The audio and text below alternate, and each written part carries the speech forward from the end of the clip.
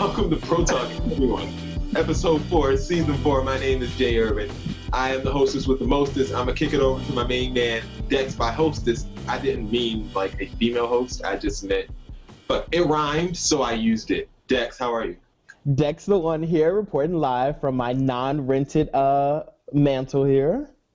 Oh, whoa. That being said, Bill, what's up, bro? Good thing I own the house in which I live. New studio. Is this Studio 2A? This is Studio 2A, see, because I have multiple homes, unlike the homeless turtle over there. Multiple homes. I'm doing quite well, thank you. I usually get called before, and actually, I kind of like that order. Yeah, I know, but the reference was made to the mantle, so I wanted to get right to that and seal the joke, if you get what I'm saying. Yeah, I think my accolades are more important. Anyway. Well, speaking of more important, someone who thinks he is very important is one Donald Trump. Donald Trump, if you have not heard, has been in the news all week and for all the wrong reasons. First, he was in the middle of this firestorm when a guy ended up sucker punching a protester at a North Carolina rally, and this is what happened. You can see the guy sucker punching as he was being taken out. The actual protester, he wasn't being arrested or anything. They just asked him to leave because he was being a disturbance or whatever like that. So while he was leaving, this white guy punched him in his face, and the police actually ended up tackling him. They didn't really arrest him, but they looked like they were going to. They let him out of the place, and everything else was cool. But this guy who did the punching is actually going to be charged with assault. So, yeah, but he was not touched during the entire occasion at all. This did not, come to light until after this video was posted, and this guy received really no punishment at the scene of the crime. After that, Trump protesters and supporters clashed in Chicago. They said 32 people were arrested in protests, both inside and outside of Trump's rally at the Peabody Opera House in St. Louis. 31 people were charged with disturbing the peace, and one was charged with third-degree assault. St. Louis police declined to provide further details on that matter. Soon after the event was postponed, scores of protesters, a lot of whites and blacks, Hispanics and Asians, spilled out to the streets, and then dozens of protesters gathered outside a parking garage where police set up a human barricade to allow supporters to go to their car and leave. More than a dozen police officers on horseback were there, and these are some of the signs that were in Chicago and St. Louis. One says, "Trump is a bitch-ass nigga." The middle one there says, "We are not rapists." And the one on the end there, that's the particular one that I like, says, "Damn, Donald." Back at it with all that white supremacy, making fun of the damn thing. Donald Trump, for his part, decided to talk about it, not at a specific rally, but trigger fingers turned into Twitter fingers as he decided to get on Twitter the next morning and said, "The organized group of people, many of them thugs," trigger word there, "who shut down our First Amendment rights in Chicago have totally energized America. In any campaign, responsibility starts at the top," his opponent Ted Cruz says. He said, "When you have a campaign that affirmatively encourages violence, you create an environment that only encourages that sort of nasty discourse." Bernie Sanders also had a response to the whole Trump thing, saying, "We do things a little different in this campaign. We bring people together." Bernie in Illinois. So what rhetoric is Ted Cruz talking about? The rhetoric is the one that Donald Trump was spewing back in February when he promised to pay the legal fees for protesters if they're attacked by his supporters. He said, quote, "If you see someone getting ready to throw a tomato, knock the crap out of them. Would you just knock the hell?" Trump said before offering to defend them. He said, "I will pay any legal fees. I promise. I promise."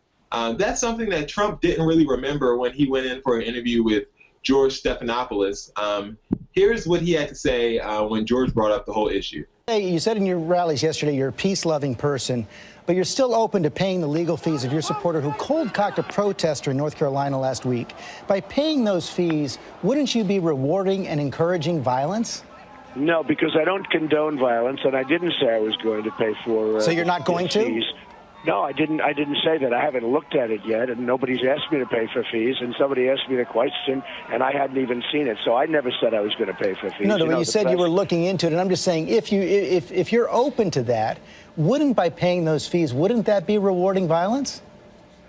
Well, maybe so, and maybe that's why I wouldn't do it. I don't condone violence at all. And, I looked and I watched, and I'm going to make a decision, but I certainly don't condone violence, and maybe you're right, and maybe that's why I wouldn't do it.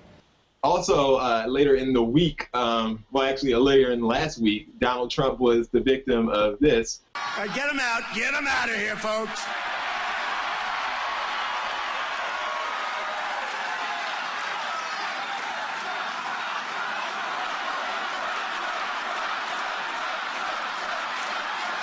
Why is he angry? Why is he? I'm just saying we're going to make good trade deals. Why is he angry? We're going to make great trade deals. Why would anybody be upset?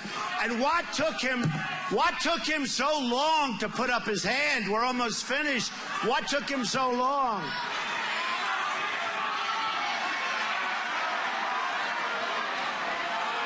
Go back home to mommy. Go back home. Go back home to mommy. Go back home. Guy looks like he's 15 years old. What's going on over here? What's going on? All right, take him back home to mom. She'll lock him in his bedroom. So folks, here's what happens. I will call up Carrier, the president, because I have to do it myself. I know it's not.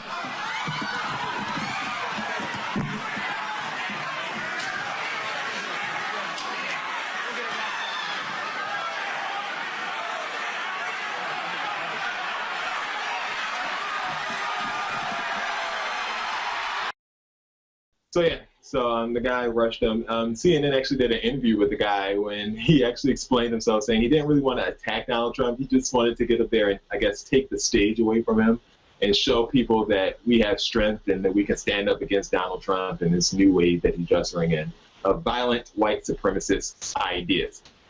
He said he thinks Donald Trump is a bully, and he's nothing more than that. He's someone who says a lot of bold things, makes bold claims, but he can see right through it, and he's truly just a coward.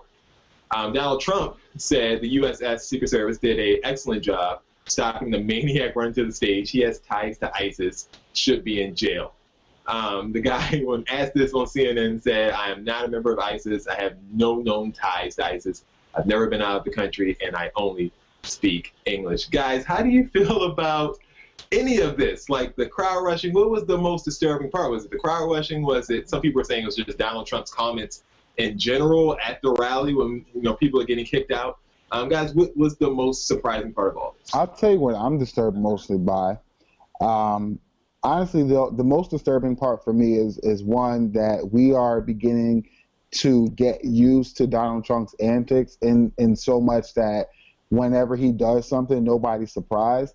I'm also completely disturbed by the fact that it doesn't matter what Donald Trump says, true or false. None of his supporters care when he'll flat out say one thing and then be recorded on camera, will say something else, and nobody cares. None of his supporters will make excuses for the fact that he just told a complete lie or completely and totally flat out denied something that we clearly have on camera. And none of them care. It doesn't matter. It's just Donald Trump said it.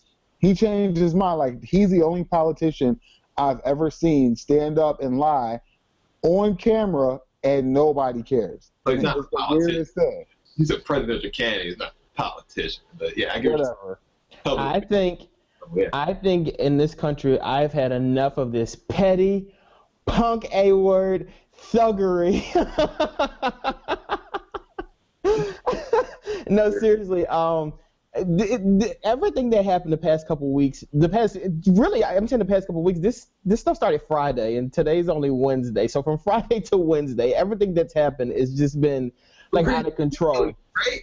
But I look at things a little differently, though. Like I think in Chicago, what happened in Chicago at the beginning was a great thing. Like, you don't want him to be out there spreading that kind of rhetoric. We've heard his message. We don't want Donald Trump to be here in Chicago. He's poison. And I think, honestly, honestly, if he would have been able to speak in Chicago and put out the stuff that he normally kind of puts out, that incites violence and that incites people to just be angry. You know what I mean? People leave his rallies angry. I'm sure of it. So it's just like if he would have been able to go there and do that rally, people would have been angry and upset and feel like they should do something or sucker punch somebody in the face or something like that, because Donald Trump, although you don't condone violence, but you also don't put a stop to it either. So that's the problem there. But you thought also the guy as he was getting kicked out of the damn rally. I mean, that I don't have an issue with. Like that, I feel like it's like literally you clowned him for like okay, enough's enough. Like at a point you're like, this is a presidential candidate. Like he's stuck. Go home tonight. Like seriously. I mean, that I don't have an issue with. I do though in that same rally though have an issue with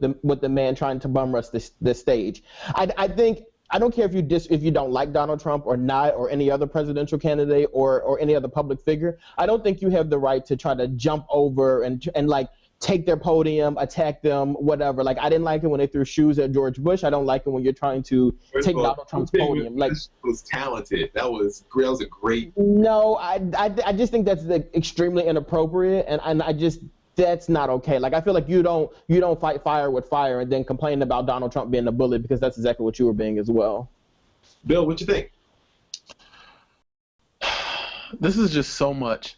I think that there's a serious issue that we have a presidential candidate who is as divisive as he is, who is as ignorant, because that's really what it boils down to. Donald Trump is textbook definition ignorant. I mean, like, I just like Ty said, I've never seen somebody like it. Amazes me because you say one thing, and here we have clear recording of you saying, go ahead and punch him in the face. I'll pay the legal fees, knock him out, clock him. Back in the old days, we used to rough him up, and then like. Not even a week later, you're like, oh, violence? Oh, please. What do you mean violence? I don't like anything like that. I'm not paying any legal fees. I don't like violence. I don't condone violence. I mean, that's what you're telling me. You're telling me I don't condone violence, so of course I don't condone violence. I'm telling the world I don't condone violence. However, I don't know. I don't really know who David Duke is, so I'm going to hold off on disavowing him because I really don't know who he is, because, we don't want to jump to any conclusions about who this man is. And I don't know what this organization that he was a part of. I certainly don't know it. But those Muslims have got to go. I've never liked them. I don't like them. We're going to blow them all away with bullets dipped in pig blood. And those goddamn Syrians, they have to go. I've never seen them. I don't like refugees. You blacks are a wreck. You all have to go. Oh, but by the way, my numbers in Ohio are huge. My numbers are so huge in Ohio. You've never seen it. I'm doing great things. And Mexico's certainly going to build that wall because I don't like Mexicans and they need to pay for what I don't like. Are you stupid, boy? Now, as far as the numbers and the people that you like and that like you are ridiculous. You all are the people that need to get on a spaceship and be sent away somewhere to like Pluto where nobody can hear from you. Nobody needs to speak of you. Nobody needs to hear anything from you. You all need a planet to yourself so that you can kill each other, marry each other, because that's what you're doing down in Richmond, Virginia. Anyway, marrying all your cousins, and then go off to the moon and do what you do. Listeners we have in Virginia. And then a couple points I wanted to put out. His poll numbers in Ohio weren't that huge because he actually lost Ohio to Kasich tonight, yesterday. Also, two more things I really want to put out. In Chicago, I thought them shutting Donald Trump down was a great thing. However, I don't want people in Chicago or around the world to look at that as just a victory, because the victory comes when it's time to vote and you make sure you shut him down that way. And I feel like a lot of people were really excited about him not being able to speak in Chicago, but really lose focus of what's really important, and that's making sure you get out to vote. The other point I want to put out that I find it Chicago thing real quick. Chris Brown actually took credit. Oh my God! That's what you're gonna touch it with? No. Can I go to my next point? Because we're not gonna. Okay. So my next point, my final point about this is, I I find it very odd, though, that this violence conversation, Donald Trump inciting violence at his rallies, is now becoming a big conversation now that the Republican Party is noticing that there's no front runner to go against Donald Trump. Like, as soon as Mitt Romney came out and started to kind of, like, do his robocalls for Rubio, and then he realized Rubio is not going to be able to make it, all of a sudden, now it's an issue that there's so much violence at Donald Trump's rallies. This isn't new. It's been happening for quite some time. But now I feel like the narrative is kind of switching because the GOP is trying to get the world kind of to like get Donald Trump out of there. But like I really don't feel like we shouldn't really complain too much about the violence at the rally because that's what they want us to do. You guys put Donald Trump up there, so now he's your problem. You deal with him. Like, this is your problem now. The GOP, you guys let him get up there. You guys for months, all throughout the summer, they just let Donald Trump do and say whatever he wanted to do. Nobody wanted to stand up to him. Nobody. It was Donald Trump did whatever he wanted to do. Now you have former candidates, you have Christie and you have Carson now endorsing Donald Trump. So now the GOP, this is your problem. This is in your hands. You deal with it. CNN was actually the news source who interviewed the guy who rushed the stage. A lot of people are saying CNN was wrong for doing that, and they're getting a flack from other publications and stuff like that. Ty, how do you feel about CNN doing that? Do you think that protester should have been? Not even protest. The guy who rushed the stage, should he have been interviewed? Why not? I don't see why not. Dex, you said it was an issue. It was an issue. The same way we complain about Donald Trump doing the stuff that he does, and we still give attention to that kind of stuff. Donald Trump is a presidential candidate. This man was inciting violence at a rally. Like, that is a problem. And if somebody would have decided to fight this guy, like, then it would be like, oh, look at this violence. No, this guy brought this violence on himself. There's no reason for us to give him a platform because he wanted to be disruptive. Absolutely not. That is foolish. The man deserved a platform. You got that fool up here with that orange tan looking like a Dorito dust out here, and people are giving him attention. Why can't he have attention? Never make it right. Two wrongs will never make it right. And Will, you just sat here and went on a whole rant about how violence is not okay and how he shouldn't be being violent, but yet it's okay for somebody else to be violent against him? No. I never said violence wasn't okay because everything. So violence is okay. To everything, there's a time and season. So a violence time is to okay. pick up and a time to put down. So at the rally where Trump supported rally, you think it's okay? That's the time and the place for you to jump over a barricade and try to take support him. Yes or no? Yes or no? This is not 1964. Okay. If I go to a rally and somebody thinks it's okay to call me out of my name, I'm going to knock their teeth down their throat. I don't know what you think this is. Get out of here, nigger! Get out! I don't think so. I'm gonna do my best. That was never said. That was never said. And why would you go to a rally where you? Why would you go to a rally where you know that you don't support the person? You're going to this rally. You're not going there to learn anything. You're going there. You know you don't support him. That means you went there because you wanted to be violent. The GOP is letting him run rampant. Nobody decided to put a lid on him, so the people have to do it. No, that people don't have to do it. Yes, the people can just go out and vote. It will be constitutional for us to throw a coup and overthrow the government. That means you need to check your constitution, son. No, what the people can do is go out and vote to make sure he's not the president. That's what the people can do, not jump over. If you guys don't mind. Say that again? Yeah, Jason and I are still here. We'd like to be a part of the show just a little bit, so if you don't mind. Well, I'm done now. I've said my piece. Thank you. Peace moving.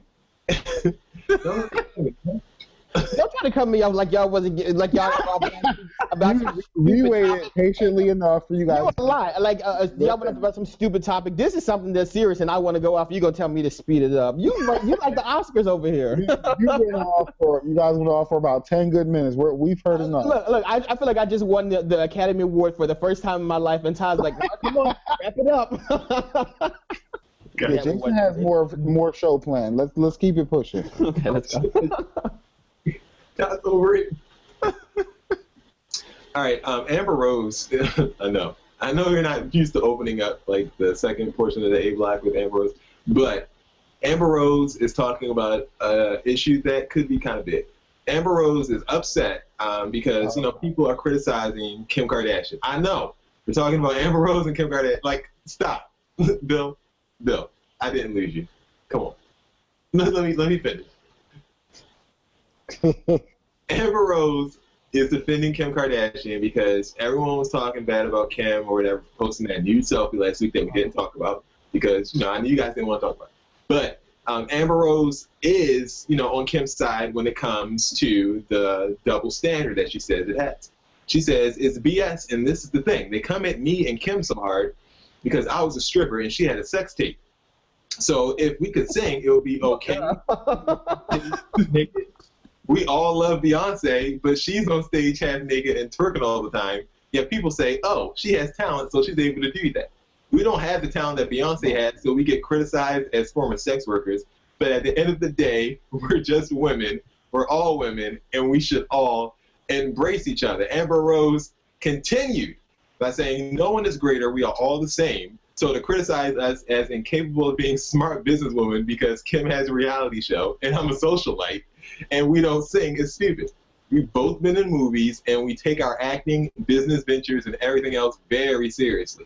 She said, no one gives a F that Channing Tatum was a stripper. He's an established actor who's at the Vanity Fair parties and the Oscars. But for me, no matter how far I go in life, I see these stories that keep referring to me as a former stripper. No one says former stripper about Channing Tatum or former McDonald's worker about Brad Pitt. No one does that to men. And furthermore, if a man was to pose a semi-nude selfie in the mirror, like The Game, for example, everyone is like, damn, you got a big dick, or damn, you got a nice body. No one says, damn, Kim had an effing baby and that B looks banging as F. No one says that. They just criticize her because she's a mom. As you can imagine, Beyonce fans did not appreciate these comments at all. The Beehive went off, posting on her Instagram, you and Kim have no class and both of you are just hoes. That's why you are not even close to B.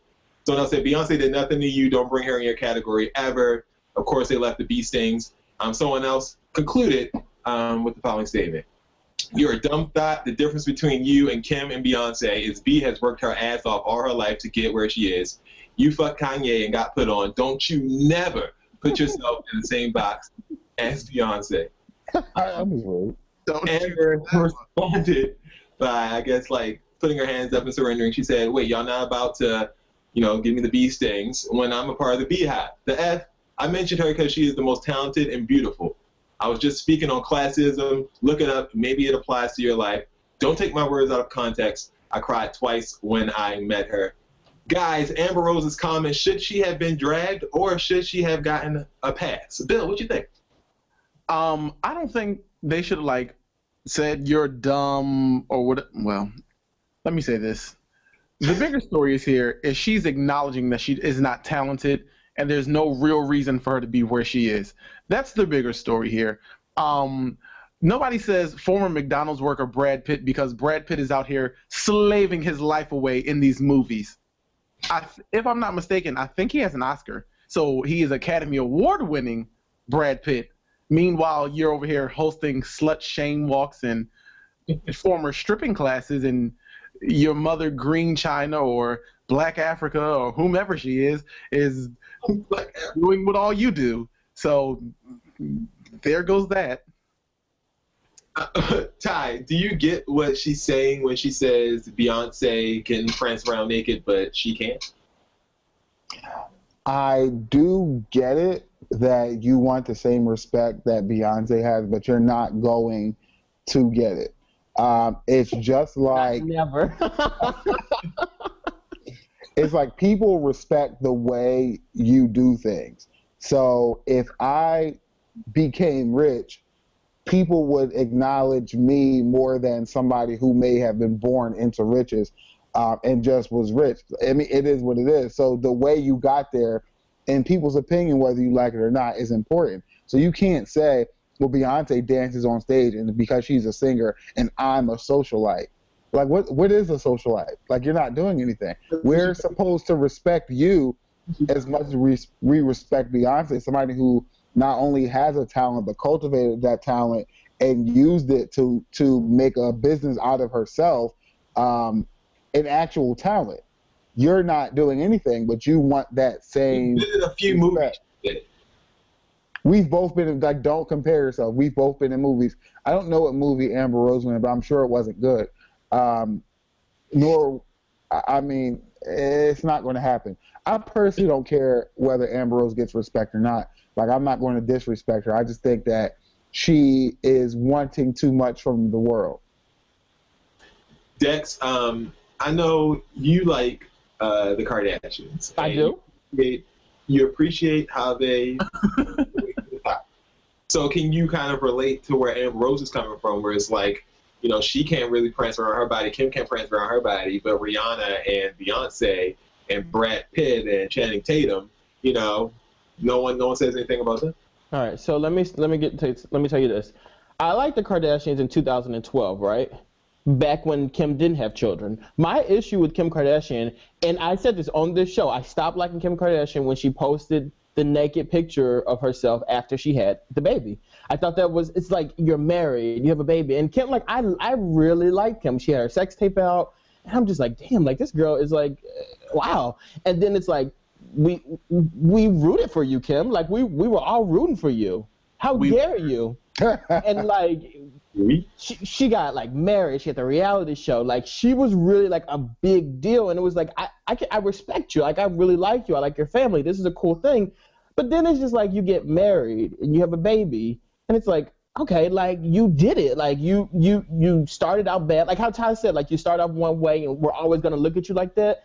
I feel like Kim almost erased the way we initially looked at her. Like, things changed around. She had an $80 million app and everything, and we just really kind of like embraced her in a different way. And then she just went and did the same thing and just reminded us of why we were just annoyed with you in the first place. Like, you have to look at it. There are people in this world, and this is Kim and Amber Rose, there are people in this world who can't even put gas in their car because they can't afford it and they're working a minimum wage job, yet your job title is a socialite and you're running around with a G-Wagon. Like, it's really hard for me to respect you when you're not doing anything to earn or gain that type of respect. And then you talk about Beyonce, you talk about the men who we don't talk about. Like, if we want to touch on Channing Tatum was a stripper and owned it and did a movie about it. You were a stripper and you owned it and did a slut walk and complained about it. Do you see the difference there? And then as far as like Brad Pitt cheated on his wife and got married and had kids and everything with Angelina Jolie. People will continue to bring that up about Brad Pitt. So don't say like people only say bad things about women. Like, people say things about anybody that they can say it about. Like, you're being too sensitive in this situation. And then to compare yourself to Rihanna and Beyonce, like, to say that they have talent and you don't, like, I mean, at the end of the day, that is exactly what it is. And also, I don't think Kim would like you comparing yourself to her either. Yeah, I feel like, I mean, no disrespect to Amber Rose, but there are things, like, there are levels. Like, you know, no one says anything about Beyonce because she's performing when she's wearing it. Like, you know what I'm saying? Or she's not famous for doing that. Like, the only reason that Amber Rose, or for the most part Kim Kardashian, is relevant is because we've seen their bodies. And it's like, if that's what you're known for, that's what you're known for. Like, Beyonce isn't known because she wears skimpy clothes. Beyonce is known because she's a great singer. Brad Pitt's not known because he used to work at McDonald's. Brad Pitt's known because he's made tons of movies. Channing Tatum's known because he's making a lot of money making movies. I mean, that is why he's known. Why else would we want to know you, Amber Rose? Like, I don't get what else she wants us to know. Like, but that's the problem. If you're gonna say, okay, they shame me for wearing clothes. I mean, that's because that's all we've seen you do, girl. I mean, what else are you gonna do? What else are you gonna do? Anybody? She should have used, like, everybody, all these celebrities out here have these platforms, and everybody use their platform to do whatever they want to do. This is why I said she can't be compared to Kim Kardashian. Kim Kardashian is ridiculous and continues to post naked pictures of her that I think are inappropriate, but at the same time, she used her platform to make herself money. Amber Rose, you use your platform to complain. That's all you do. You just sit on Twitter and you complain. That's your platform, complaining. We don't have time for that. Like, people can't put gas in their car, and you're complaining about being called a slut. Are you kidding me? And I was upset because the slut walk that she did was during Breast Cancer Awareness Month. No, ma'am. We are tired. You pick your own month and be a slut. We're tired of this petty. Never mind. I'm just tired of the protests. Move on, Amber. It's time for Q&A. Ty, what's up? Hello, everybody. This is the part of the show where everybody gets to interact with us, where we answer the questions to the best of our ability. I mean, personally, at this point, we're experts, so anything we say, you should take as fact. So our first question, let's see what we have. We mansplain all of your questions. Wait, what do we do? Mansplain. Oh, I like that. Hashtag mansplain. All right, first up. I'm currently sharing a spot with my homeboy from school during the school year. Everything was and is still cool between us. But the problem is actually with this girl he's been dealing with. She stays over a lot, and we got separate rooms and all, but she walks around the place in her panties and little shirts. She is very shapely, and I can't help but wonder if she is doing this to entice me. I notice when he goes to practice, if I'm outside in the living room, she'll come out in some booty shorts and just panties, speak, and then either get something out of the refrigerator or act like she's on the phone and just walk around the living room. She's very attractive, and I don't necessarily want to be in a love triangle, but I also wouldn't mind seeing if she's actually in a relationship with him. Should I tell my boy, how she's prancing around half naked, or ask him if, I can't see the bottom, they're exclusive and go from there? There it is. I figured it out from the bottom. That was interesting. Gentlemen, do you have any advice? It sounds like you're staying with him during the year, so you don't want to mess up your housing, son. You should probably let him know that his girl's walking around half naked, if that's your friend, because I'd hate for you to be homeless next semester.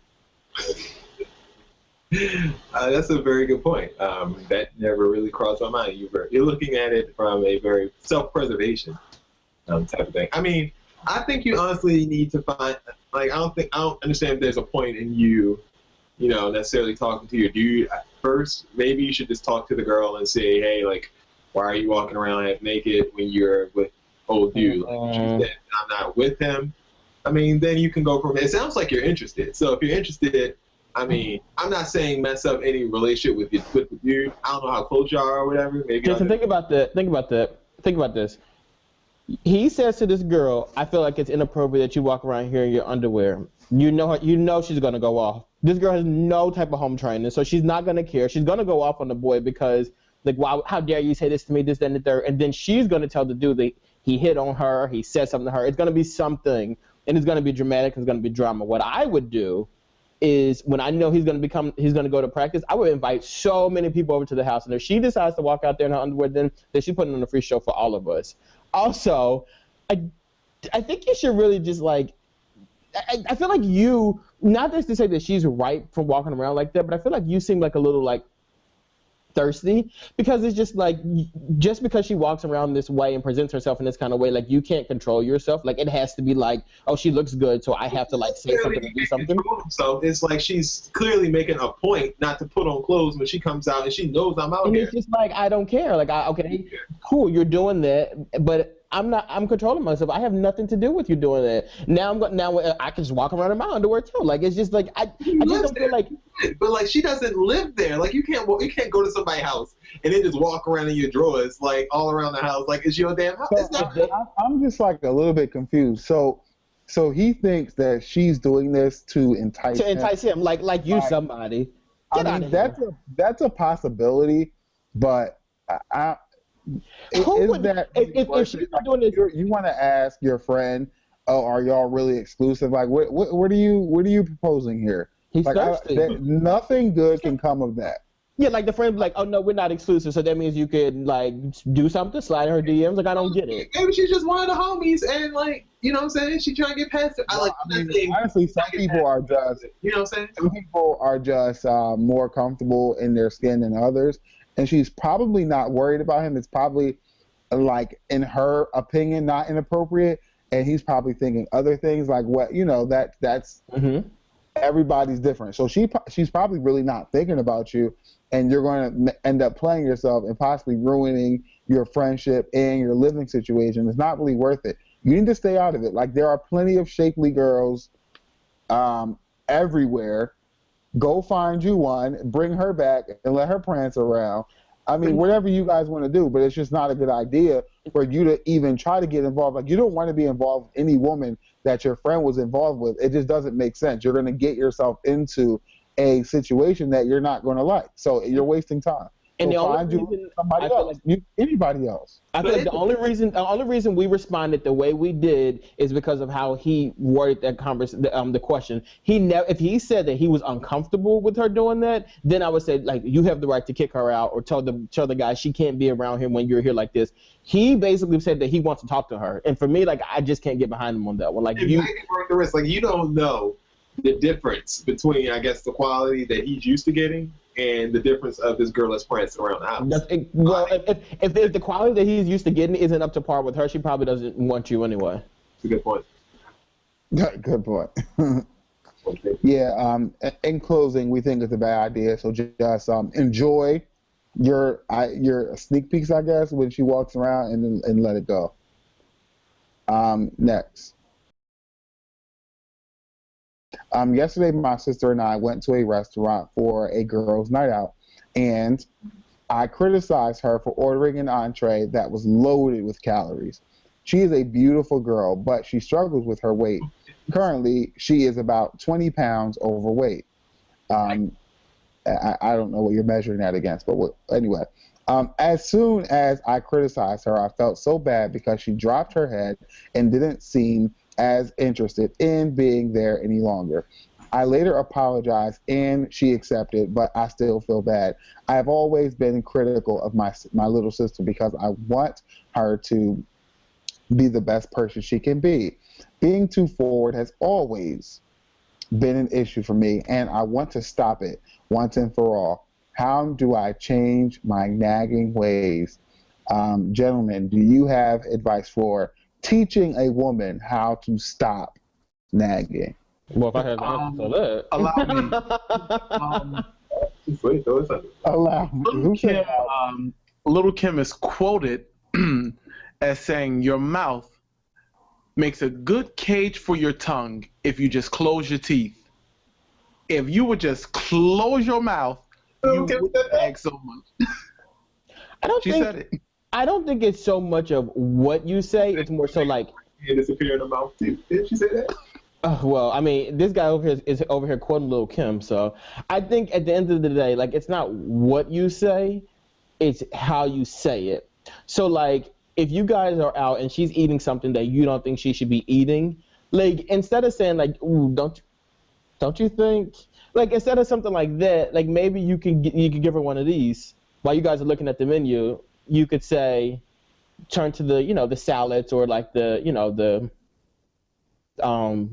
meals that are like better proportion meals or whatever, and say like, oh, how about we try something like this? And like, here's the thing that's you say like let's try this tonight. Let's both try to eat healthy, because a lot of people will do this though, and I feel like you're the type of person that'll do this. They'll probably both order the same damn cheese fries, but since you're in better shape than her, like, you gonna tell her something like, you shouldn't be eating them cheese fries, but your ass is still sitting there eating the same plate of cheese fries. Like, I feel like people do stuff like that. They do. And I feel like you got to be on the same page as her. You can't be critical of me if you're not going to lead me by example. You want the best for your sister, go to that page and be like, oh, how about you try something from this menu and I try something. We can kind of swap it to see if we really like it and stuff like that. And just try to make like a habit of doing like little things like that instead of just being critical of what she's doing. I think that's actually great advice. And one thing I also want to say that you need to learn is that communication is irreversible. So once you say something out of your mouth, there's no point of you apologizing because it's not going to change anything. Oh, I'm sorry, I shouldn't have done that. Yeah, you're right. But you need to also consider thinking about what you say before you say it. So I want you to do this from now on. When you have an idea, it's really weird for you to say watch your mouth and how you talk to people. Like, I've never heard someone say it so nicely. I want you to do this. Think of what you're about to say it in your head, let it marinate for about 5 seconds. And if it still sounds good after 5 seconds, maybe consider saying it. But if after 5 seconds of it marinating in your head, you might want to consider not saying it at all. I think Dexter gave kind of the best advice. If you really want the best for somebody, you lead by example. So you get something healthy. You say, let's try this, let's swap. Let's order from a low-calorie menu. Let's. It's always a matter of doing something together if you're that concerned for her.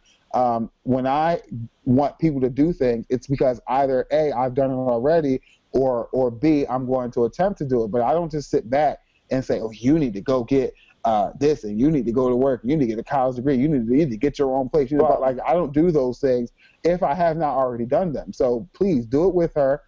There are ways for you. I'm sorry, I can't hear you. As I said, when I go out to eat, I would like a steak and potatoes because I'm trying to put on weight, and that's okay. And when I have my steak and potatoes, you shut your mouth and you eat yours, and I'll eat mine. But like somebody who is trying, honestly though, somebody who is trying to lose weight can also have steak and potatoes. So there's a thing called carb cycling. So if you plan on eating steak and potatoes, the two of you should work out together. That person may lift heavier weights than you because they're bigger than you, but you guys can lift weights together, and those meals will help both of you in your way, because building muscle helps reduce fat, and you would need to build muscle from the ground up, apparently. But both of you will have that same meal. Both of you will work out. Both of you will keep each other in line for your goals. So once again, it's very easy to do, but you have to continue to motivate that person and say, all right, if we're going to eat this, we got to make sure we hit the gym, and we got to work out together, whatever.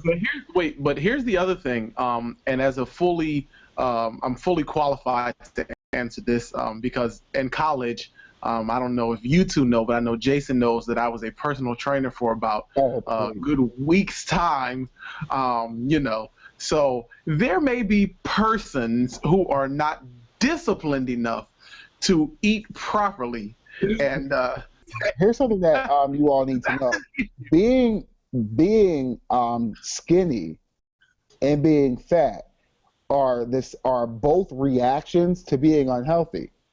It's your body reacting differently. You're skinny, you're underweight, you're fat, you're overweight. That's your body type reacting to being unhealthy. Because if you were healthy, you'd be fit. You wouldn't be skinny. No, so that's you don't have the right to tell somebody, oh, you need to. Once again, cake. No, there's some people who are everybody.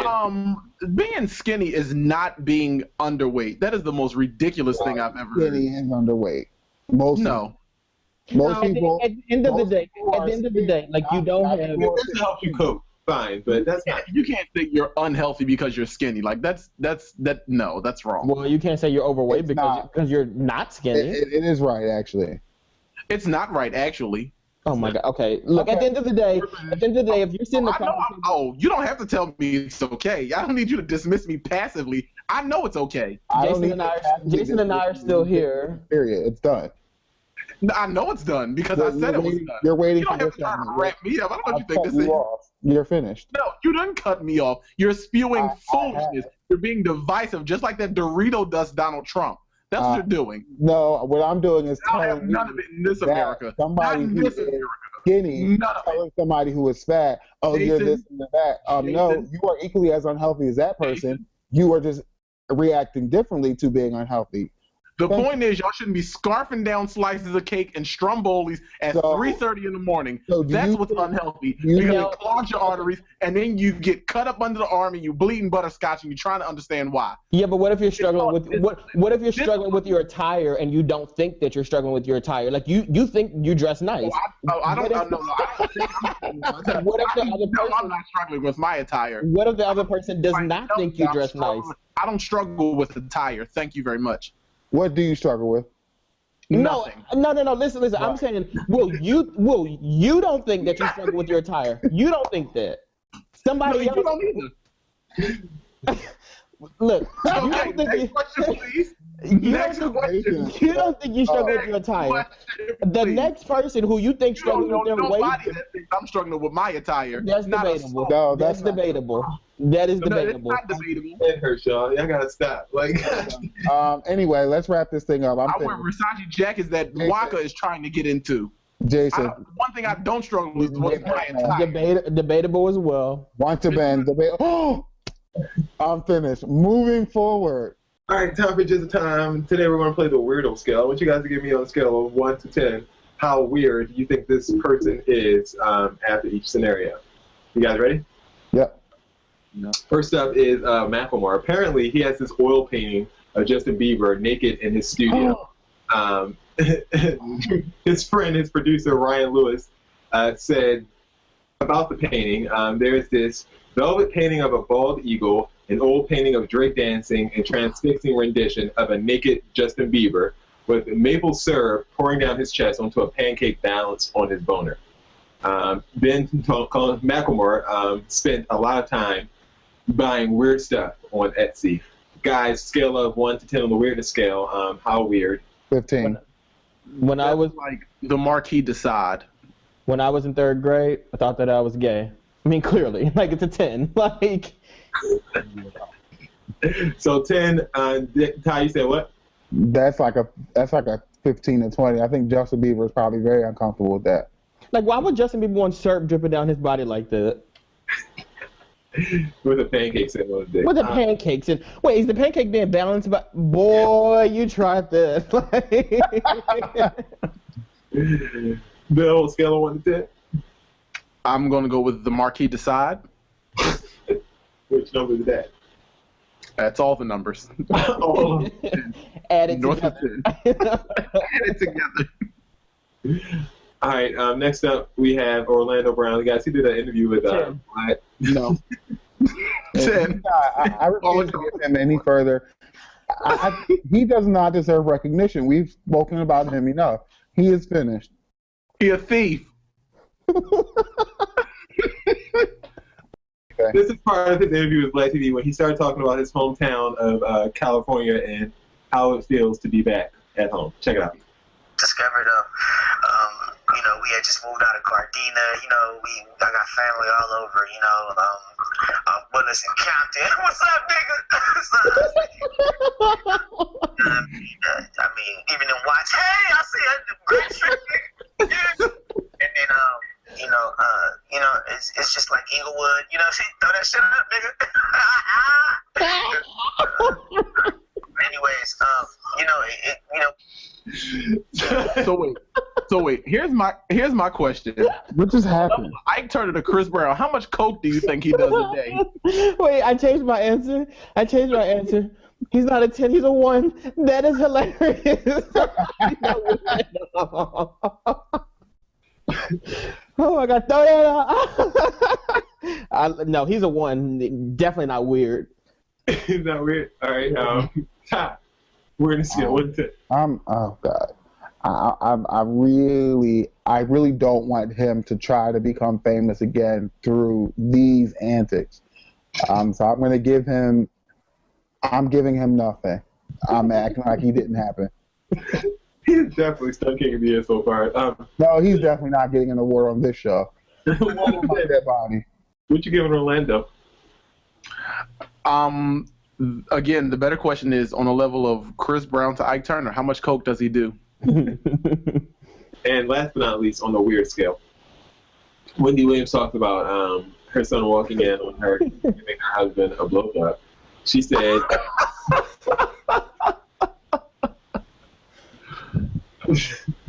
that they don't have doors in her house. So she said, here's the deal. We walk hard in our house, so we're clearing our throats. That's the warning sign that here I come. You don't just tiptoe with somebody. Hard in the house. I respect him. When I come to his room, you hear it. Or I'm like, Kevin, here I come. And I walk slow to give him a chance to clean up. And we don't close doors either. But if you walk in on me and my husband, you're going to get a surprise. And they continued to ask her about said surprise. And she went on to say, he walked in on me giving my husband a favor.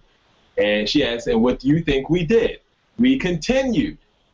She went on to say, usually afterwards, when we leave the house, we do the hug and a kiss. And he hugged me, but he would not kiss me the next day.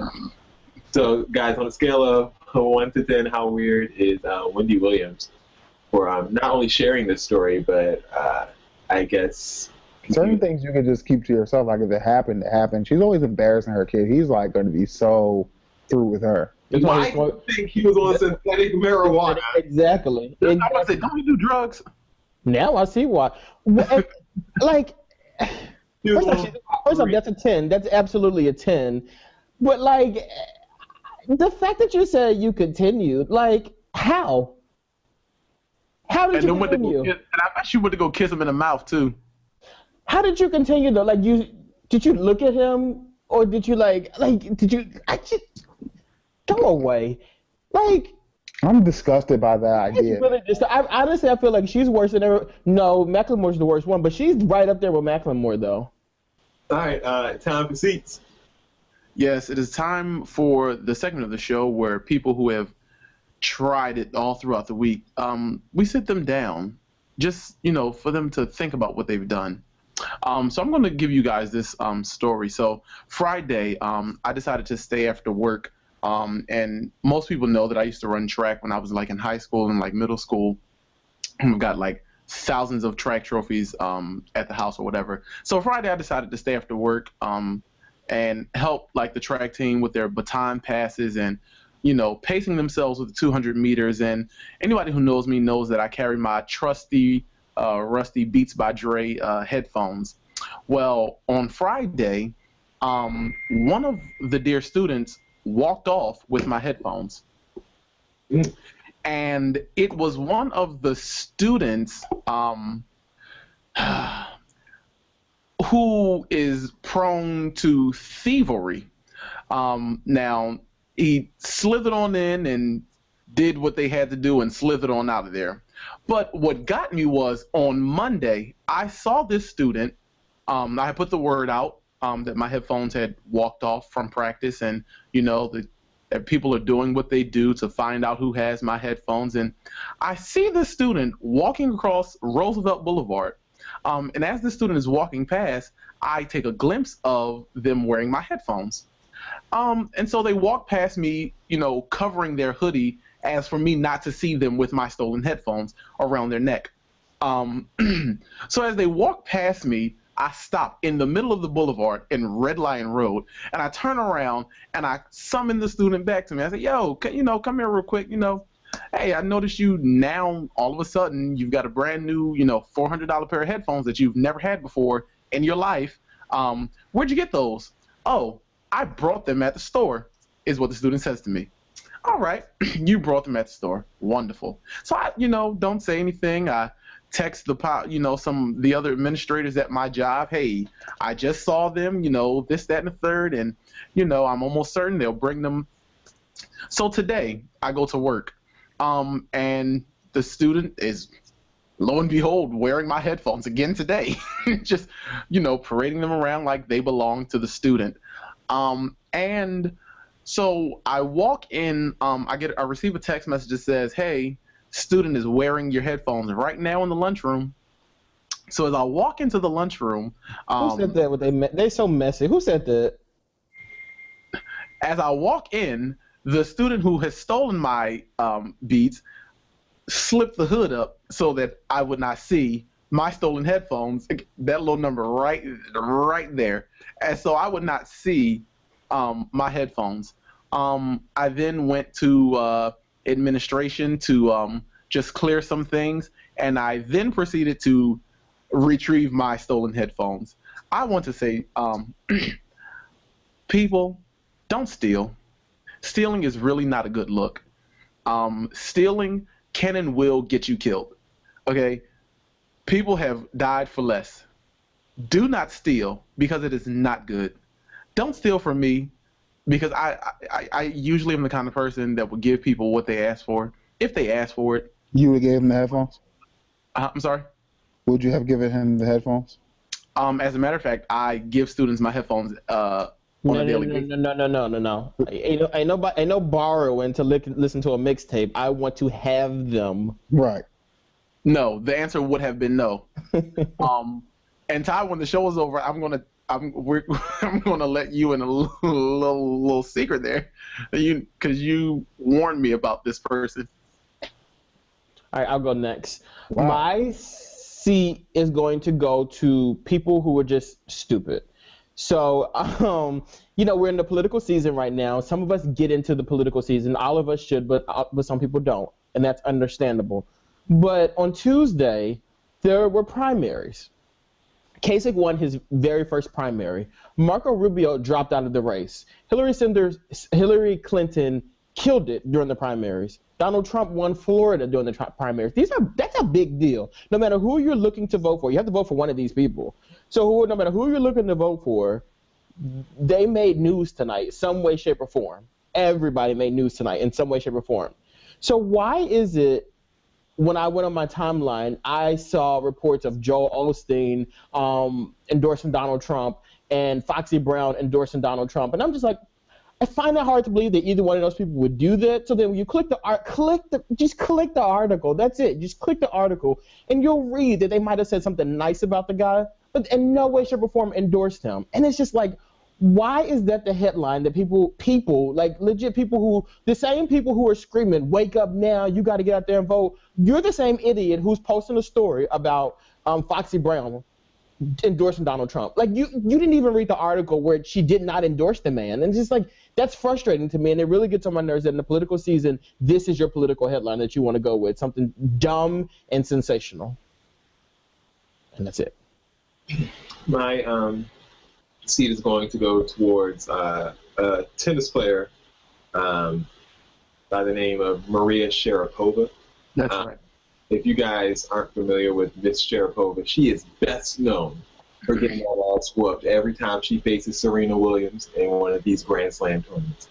In fact, she has lost 17 times in a row to Miss Serena Williams, most of which in Grand Slam competition. Serena has not only beaten this woman, she has annihilated her time after time in public in front of millions of people, live in a living color. But one thing that Miss Maria Sharapova has over Serena Williams is that she is the highest paid female athlete in the world. Serena has 21 Grand Slam championships, which is the bar for tennis, if you guys don't know. Maria Sharapova has 5. Maria Sharapova makes significantly more money when it comes to endorsements around the world because she is a white woman from Russia with blonde hair, which is, of course, what tennis is looking for. But she makes about $20 million more in endorsements per year than Serena Williams does. Serena Williams is arguably, if you guys don't know, one of the greatest tennis players of all times. Maria Sharapova is not regarded as such. In any case, Maria Sharapova was recently busted for taking a performance-enhancing supplement that is now banned by the ITF, which is the International Tennis Federation. This banned list came out back in January, and she had access to that ban list. I'm sure that she had to sign something, or her people had to sign something saying that they received and reviewed this list. But in any case, she came out last week or something, like a week before last or something, crying at a podium saying, guys, I just found out that I was tested positive for a banned substance. And I just want to say that I apologize, and it was a total mistake on my part not to review the documentation when it was given to me at the beginning of the year. This is a supplement that I have taken for the last 10 years, blah, blah, blah, blah, blah. I'm so sorry. I hope my tennis career does not end this way. So knowing that the gavel's coming down, she tells us that this was a mistake. Turns out it wasn't a mistake, girl. You just told us you've been taking it for the last 10 years. 10 years? This is something that just got banned this year, but this is something that is not available, is not FDA approved in the United States, which is where she actually lives. She claims Russia as her country, whatever like that, but she lives in the United States, which means something that's not allowed in the United States and something that's not approved by the FDA, she goes overseas, gets it from Russia, brings it back, takes it. What it is it's an endurance strengthener. And in tennis, of course, endurance is really important because you're running back and forth down the court all day doing strenuous exercise. So this drug is supposed to pump extra blood to your heart to give you more endurance, I guess, during a match or whatever like that. The doctors who make this stuff say that this stuff is only supposed to be taken for a maximum 4 to 6 months at a time. So not only is she overtaking the dosage, she is also like just killing it when it comes to taking this stuff illegally. Like, she's way past the mark. She tested positive in the Australian Open. She's likely going to get a ban of up to 4 years. But my point is, not only is that bad, if this had been Serena Williams who got busted taking this drug, you had best believe they'd be trying to take championships from her. They'd be trying to disparage her name. They would ruin her. You wouldn't hear the end of it.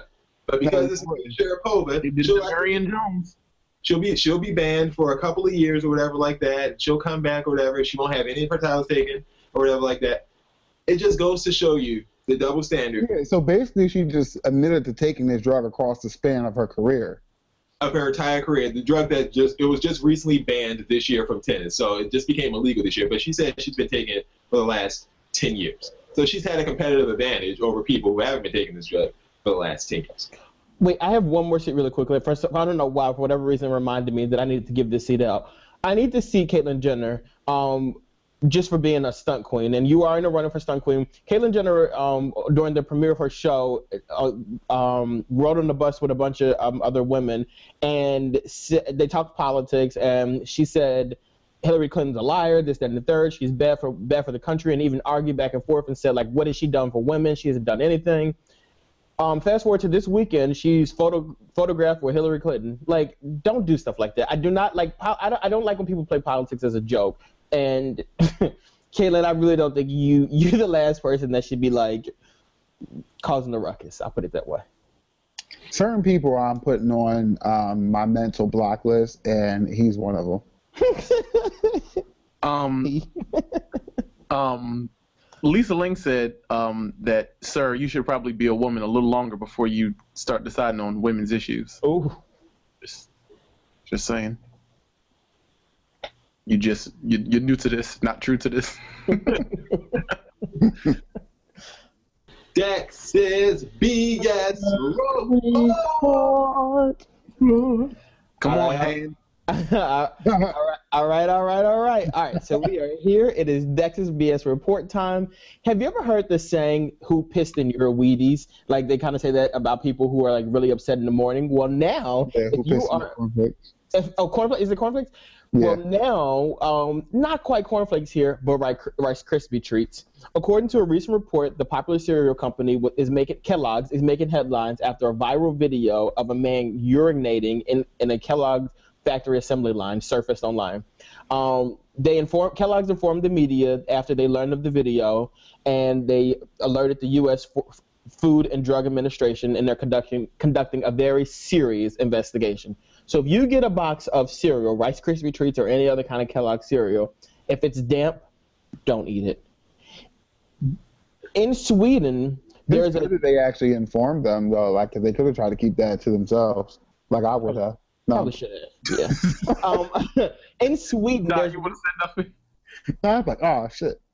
You'll know because they'll be like a little wet. All right, so in Sweden, there's a new spray tan that's going to come in handy for women who want to achieve that natural glow, that sun-kissed tone, that African American look. A Swedish company has taken tanning to a whole new level and literally are making people look like they could be a different race.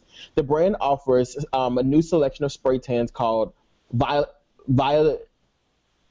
No. Violet Onyx, Dark Ash, Onyx, Caramel, and Dark Chocolate. The thing is, it could actually transform a white woman's complexion into the complexion of a black woman, depending on how dark she'd actually want to be. In India, the biggest wedding just took place. It was bigger than any wedding we've seen over here. Kim Kardashian, Kanye West, the royals over in England. This wedding was huge. Over 5,000 people attended this wedding. There was crying in the streets. There was a lot of hoopla about this wedding. The wedding was between two dogs, Shangun and Shangula. They got married at the altar. Over 5,000 people attended. The male arrived in his own private car, and reports say that he looked very excited. The wedding was catered, of course. The bride's human was very emotional, it can be quoted as saying, although she is a dog, she is like my daughter. The entire event was put on, online, and it was broadcasted over television. Several global and local media outlets covered the wedding, but literally no one knows why it happened. And that is Dex's BS report for the day. All right, time for a little segment that we like to call Fact Check, and these are the parts of the shows where we like to highlight people who got stuff wrong right before we leave. People tell us where we got stuff wrong. Famous scientist Neil deGrasse Tyson tweeted the following: "If there were ever a species for whom sex hurt, it surely went extinct a long time ago. A couple people on Twitter had a problem with that and decided to remind him of some of the animals who have painful sex. Someone said, yeah, I'm sure female cats love those spined cat penises. Oh, and bed bugs can't get enough traumatic insemination. And snails love getting stabbed in the head with sex spikes. And spiders go crazy for snapping their penises off. And female ducks evolve labyrinthian corkscrew vaginas for no reason. So Neil deGrasse Tyson, I guess, was wrong when he said that. Did you know that after an octopus mates with a female octopus, it like develops dementia and it lives the rest of its life dementiated? Interesting. Okay. Sounds like somebody I know. How ironic. Hillary Clinton was quoted by saying, I don't know where he was when I was trying to get health care in 93 and 94, talking about Bernie Sanders. Someone, of course, Twitter immediately clapped back and showed exactly where Bernie Sanders was in 1993 and 94, which was right behind Hillary Clinton at her Dartmouth College healthcare reform. Right there. So there he goes. Right there. That's exactly where he was, Hillary. So stop lying to people. And last but not least, Justin Bieber had to recall thousands of tour merchandise T-shirts due to an unfortunate spelling error. It reads, many are the plans in a person's heart, but it is God's purpose, not purpose, that prevails. So they're doing an immediate recall of all Purpose Tour gear since they can't spell the actual title of the tour correctly. So, yeah, that's the show. For Jay, for Ty, for Bill, for Dex, it's been another edition of Rose Talk Live. We out.